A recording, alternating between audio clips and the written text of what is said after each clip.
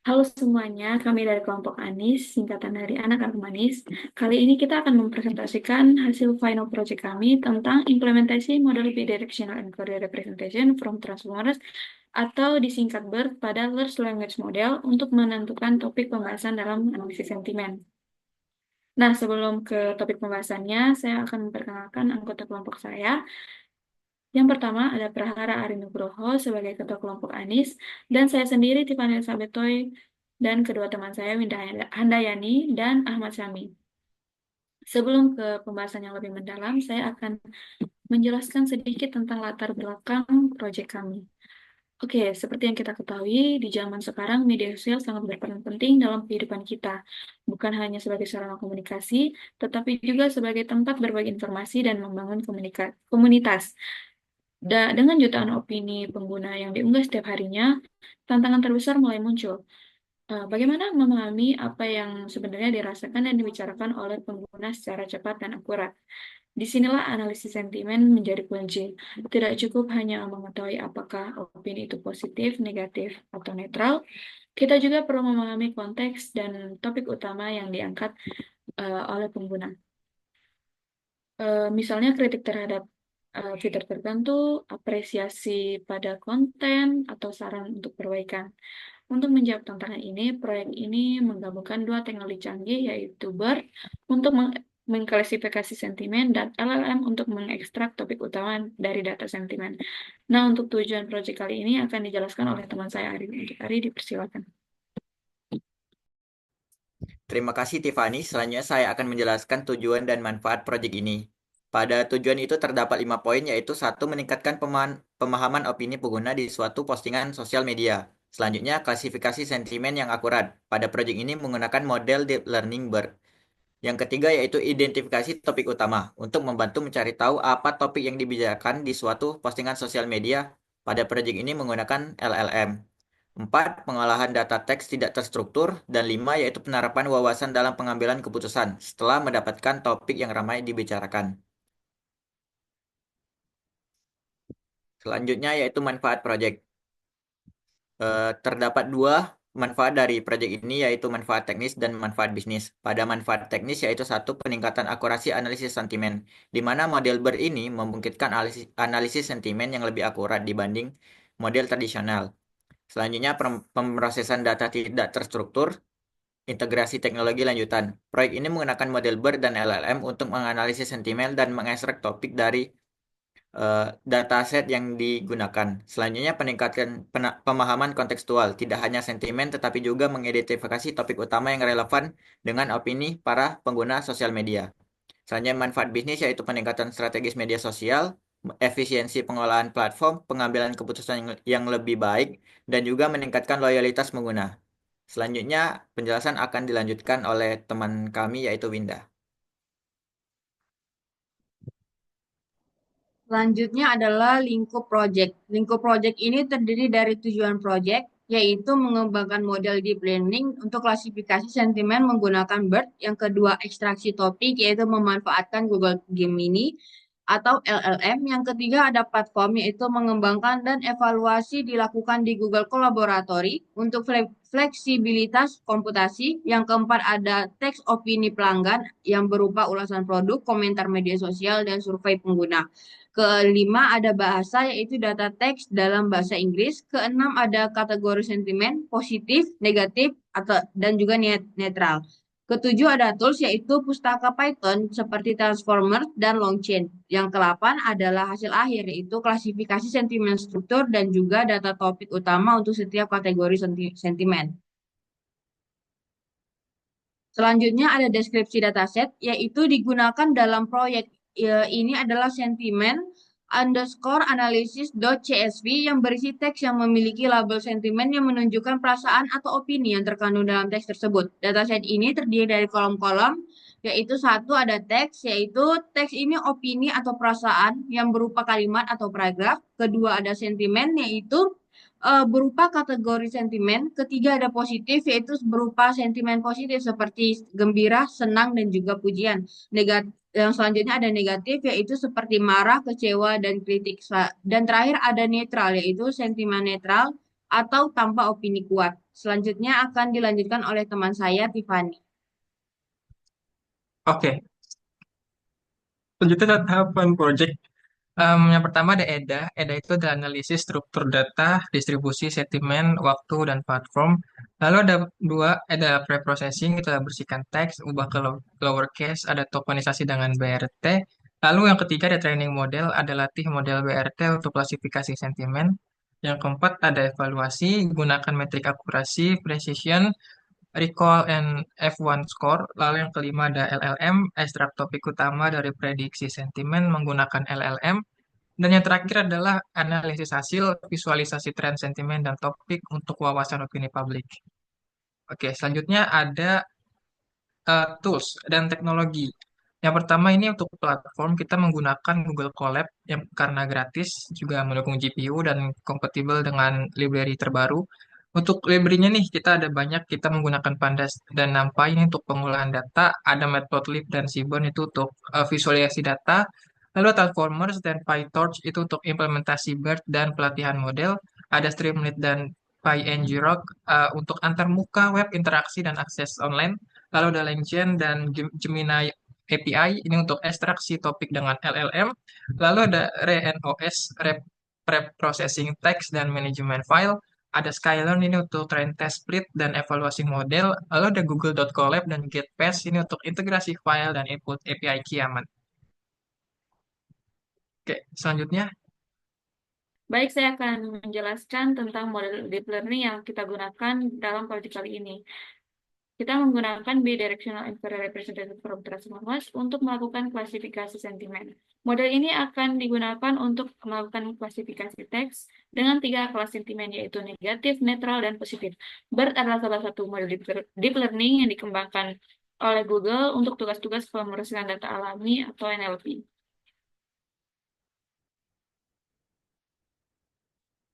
Lalu berikutnya implementasi LLM. Pada bagian ini dilakukan analisis lebih lanjut terhadap hasil prediksi sentimen dengan menggunakan LLM untuk ekstraksi topik dari teks yang telah diklasifikasikan. Proses ini mencakup rancangan, pembelian model, dan bagaimana LLM digunakan untuk mengekstraksi informasi yang lebih mendalam dari hasil prediksi sentimen. Oke, pada bagian terakhir ini ada visualisasi Streamlit. Penjelasan mengenai visualisasi yang digunakan dalam proyek ini dilakukan dengan bantuan Streamlit. Visualisasi ini bertujuan untuk mempermudah interaksi pengguna dengan model analisis sentimen dan memberikan gambaran yang jelas mengenai hasil analisis. Untuk berikutnya, kami akan menjelaskan code. Yang pertama dijelaskan oleh teman saya, Winda. Baik, di sini saya akan menjelaskan terkait model DL BERT. Yang pertama, langsung saja kita ke import library, di mana di sini ada standar Python, yaitu untuk memanipulasi data seperti NumPy dan Pandas. Kedua, ada visualisasi seperti Matplotlib dan Seaborn. Dan ketiga, ada ekspresi seperti ekspresi regular seperti RE. Selanjutnya ada PyTorch untuk pemodelan jaringan saraf, pemodelan pengelolaan dataset, pelatihan, dan evaluasi model. Selanjutnya ada Transformers, itu untuk memanfaatkan model pre-trained BERT. Selanjutnya ada Skitlearn untuk pembagian dataset, evaluasi model, metrik seperti classification, report, conversion metric, dan ROC, AUC. Selanjutnya ada TQDM untuk menampilkan progres bar selama pelatihan model. Selanjutnya ada memuat untuk dan membersihkan dataset.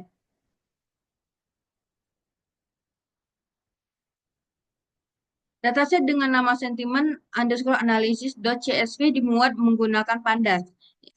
Adapun kenapa, yaitu untuk pengecekan awal data dilakukan untuk melihat struktur dataset dan mendeteksi data yang hilang.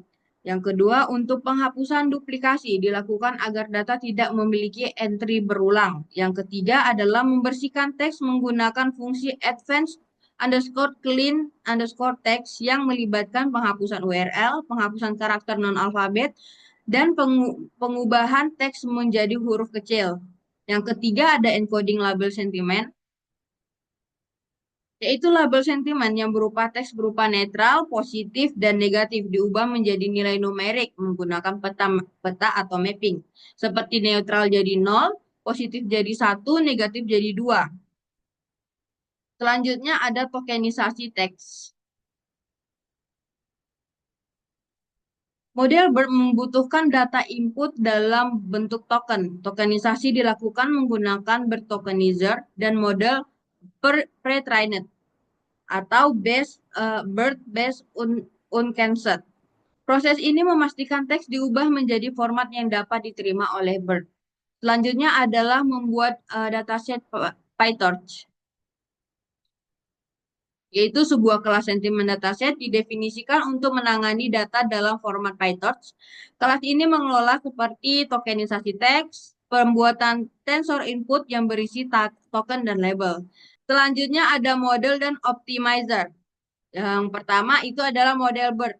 Diinisialisasikan menggunakan BERT for sequence classification dengan 3 label output untuk 3 kelas sentimen. Yang selanjutnya ada optimizer, yaitu menggunakan AdamWay dengan learning rate 5E5. Yang ketujuh ada pembagian data. Dataset dibagi menjadi 2 bagian. Yang pertama itu training data 80% untuk melatih model. Lalu validasi data 20% untuk mengevaluasi performa model. Selanjutnya akan dilanjutkan oleh teman saya Tiffany.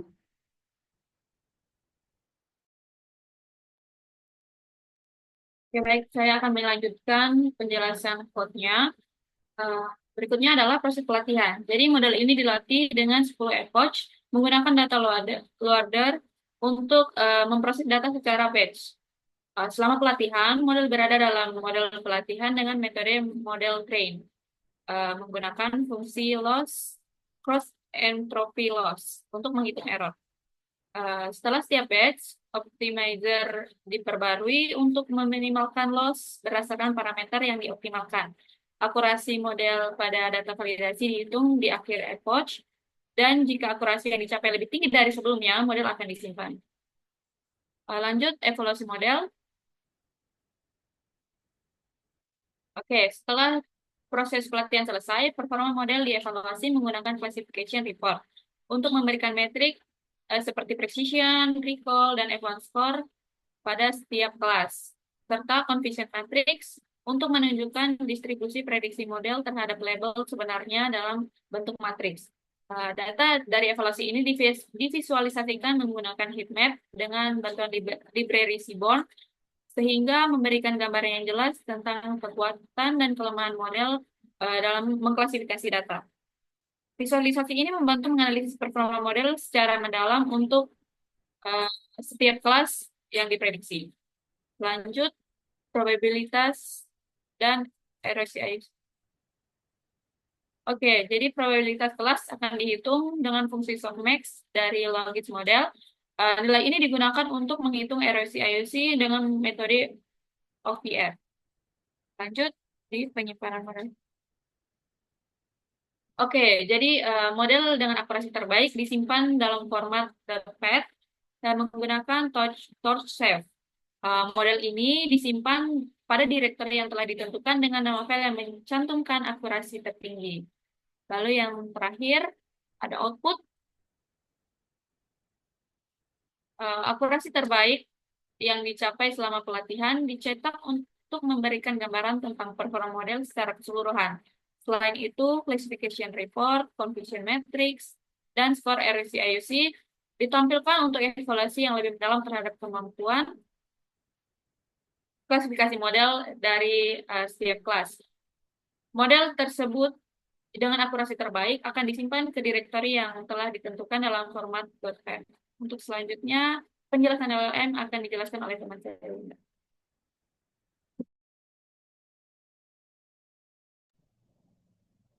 Baik, saya akan menjelaskan codingan LLM.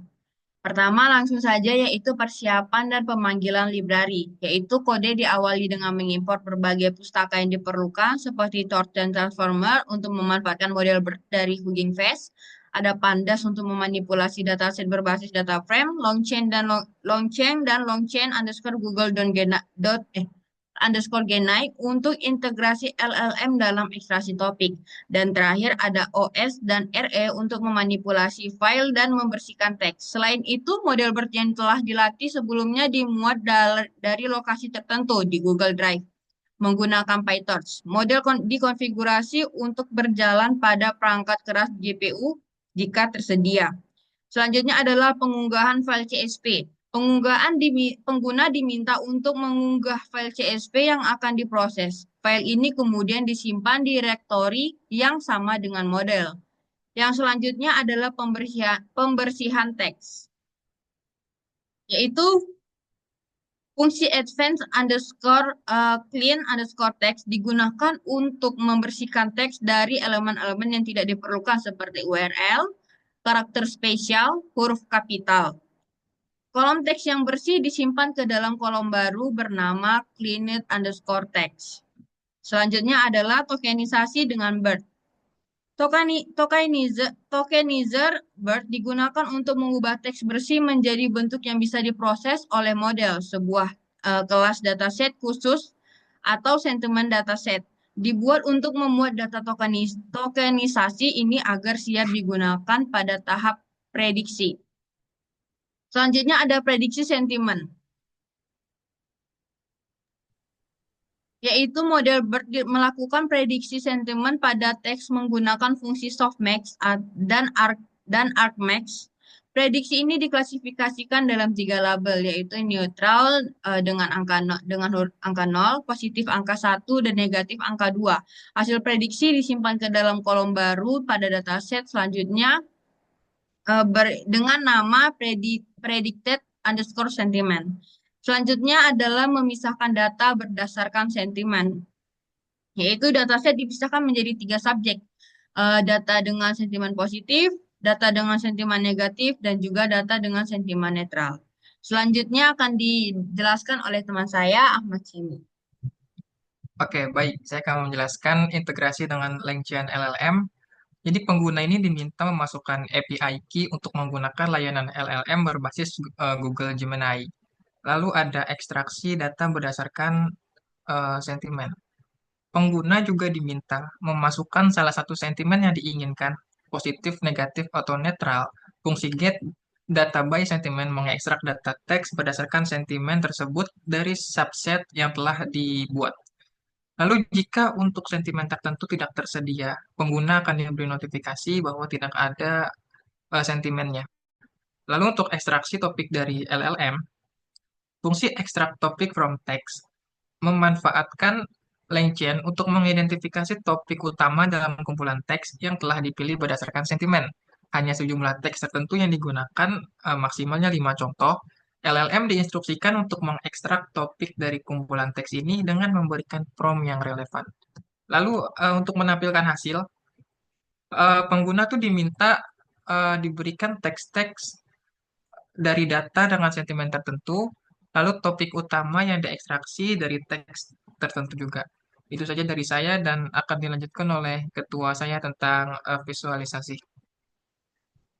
Baik, selanjutnya saya akan menjelaskan tentang visualisasi menggunakan Streamlit. Pada visualisasi ini, pada tampilan awal user itu diminta untuk memasukkan file CSV, di mana jika file tersebut tidak memiliki data berupa data kolom teks, maka tampilannya akan seperti ini.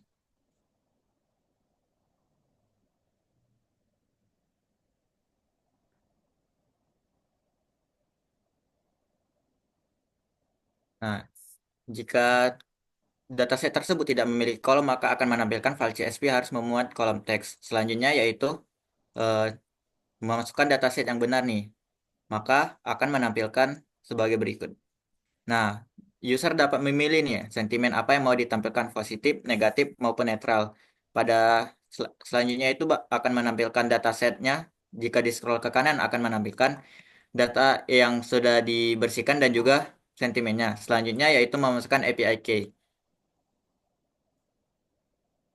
Nah, user setelah memasukkan API key maka akan menampilkan ekstraksi topik. Nah, di sini merupakan topik positif dan kita akan mengekstraknya. Nah, akan menampilkan topik yang diekstraksi. Topik utama yang dibahas dalam teks-teks tersebut adalah pengalaman positif dan prasangka bahagia. Jika kita memilih sentimen negatif, maka kita juga bisa menampilkan nih sentimen negatif dan juga topik yang dibahas pada sentimen tersebut sebagai berikut. Nah, itu saja untuk visualisasinya. Saya kembalikan ke Tiffany untuk menyampaikan kesimpulan. Terima kasih.